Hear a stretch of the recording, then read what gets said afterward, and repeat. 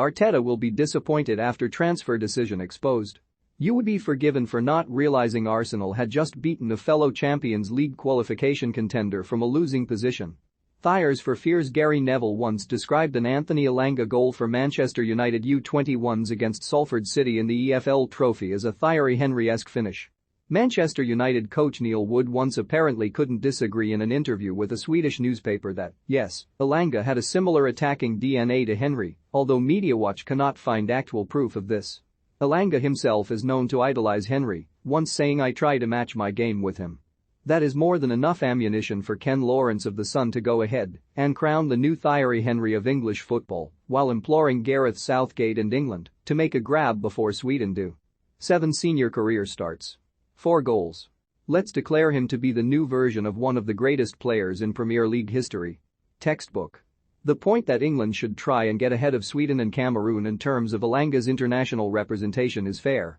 Although MediaWatch really does love this line, central defender Victor Lindelof has been in his ear about playing for the blue and yellow for months. Someone's looked through the Manchester United squad for a Swedish person and put 2 and 2 together. Henrik Larsson was presumably the fallback plan. But Sweden will be naming their next squad before England announce theirs, which has Lawrence a little panicked. So he tells Southgate to step on the gas faster, risk losing him. Reckon he's probably already been on the case, to be honest. He's not just going to let the new Thierry Henry slip by without a scrap, is he? Go forth and conquer. MediaWatch will never get over just how much Mark Irwin of The Sun hates reporting on Arsenal. Only last July he wrote that Mikel Arteta is running out of time to spark the kind of recovery Arsenal need if they are ever going to challenge for the title again. Ever. Like even 1,000 years after Arteta leaves. Crazy. He has been at it this campaign, saying that January's 0-0 draw with Burnley confirmed a season that had promised so much is now in danger of fizzling out again. 32 days later, Arsenal have won 3 consecutive games, and the wild scenes of jubilation at the final whistle against Wolves were confirmation this Arsenal team are not going to give up on their Champions League hopes without a real fight. From fizzle to fight in record time. Rarely have confirmations been so unreliable. Winter blues. The best part about Irwin's report from the Emirates is that you can see the bits he wrote when Wolves were leading until the 82nd minute. A 95th minute Arsenal winner was not about to stop him pressing send. With Emile Smith-Rowe struck down by illness, it was a good job Martinelli was available, or Arteta might have been forced to start the rarely spotted Pepe, he writes of the player who scored the equalizer. What a shame that would have been. The winger stuck out like a sore thumb on an Arsenal bench, distinctly lacking in star quality. And it is that lack of options which is threatening to come back and bite Arteta after his decision to cut his squad to the bone during the January transfer window. They just won. For the 3rd successive game. 5th, a point behind 4th with 2 games in hand. With a substitute, someone indicative of that lack of options, scoring a crucial goal. Arsenal have won every match they have played since the January transfer window closed. Not sure Arteta's January transfer window decisions are threatening to come back and bite him just yet. Lack of belief. Joshua Jones of The Sun similarly seemingly wrote the bulk of his opinion piece before that late turnaround.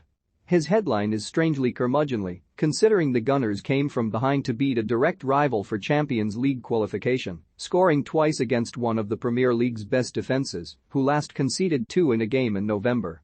Don't let fluky finale mask the fact Lacazette's lack of goals will prove costly in Arsenal's Champions League dream. Not could or might, but will. Lacazette has not scored since Boxing Day and Arsenal have earned 10 points from a possible 15 since, but his lack of goals is definitely going to stop them finishing in the top 4, and there can be no doubt about it. Mikel Arteta said ahead of this match he is relying on Alexander Lacazette to fire Arsenal back into the Champions League. Well, sorry Mikel, but on this evidence, you may well be left disappointed. This evidence being a 2-1 victory in which, yes, he missed some chances, but he also played a key role in the winner. MediaWatch doubts Arteta is too disappointed. Don't be blinded or fooled by the dramatic scenes in the 96th minute at the Emirates. Sure, but equally you can't just ignore them and plow on uninhibited. All his admirable defensive work off the ball, link up with teammates and a rare experienced head in this young Gunners team, unfortunately, counts for nothing if you aren't doing your primary job of sticking the ball in the net. The actual Arsenal manager will disagree. It counts for quite a lot when the team wins. Forget the hard work and never say die attitude, which was certainly admirable and creditworthy. This fluky finale must not mask over the reality. So we can't be blinded or fooled by the good bits. We must forget all that. Which is an awfully convenient way to counter any argument against the idea that Lacazette will cost Arsenal, despite him currently absolutely not costing Arsenal. Arteta needs Lacazette to be scoring regularly over the course of the next 14 matches. They are in control of their Champions League qualification fate despite him scoring 3 times all season. It sounds harsh on a night of jubilation, but there is a simple formula: no goals equals no seat at Europe's top table next term. It sounds harsh because you seemed to write the bulk of this hit piece before Lacazette proved his worth, at which point you decided to tell us to forget and not be blinded or fooled by that bit. The striker situation could cost Arsenal. Their January transfer window's decisions might prove to have been a mistake in hindsight. But those are not really points worth making after an impressive 2-1 victory. As for it being fluky in any sense, Arsenal had 26 shots and allowed 6. Don't be blinded or fooled by the stoppage time on goal. Celebrate good times, come on. One can only hope that Matt Barlow of the Daily Mail wrote the following with tongue lodged firmly in cheek. It was the 5th minute of stoppage time when Lacazette's shot from a tight angle was diverted into the net by goalkeeper José Sá's attempted save, and the home crowd celebrated as if they were back in the Champions League and not simply back in the race.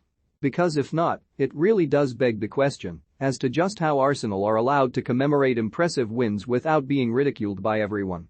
Trophy strife in the Champions League, Super Cup and FIFA Club World Cup. Klopp has won exactly the same silverware as Tuchel while in England, albeit with a Premier League title to boot, Etienne Fermi, the Sun.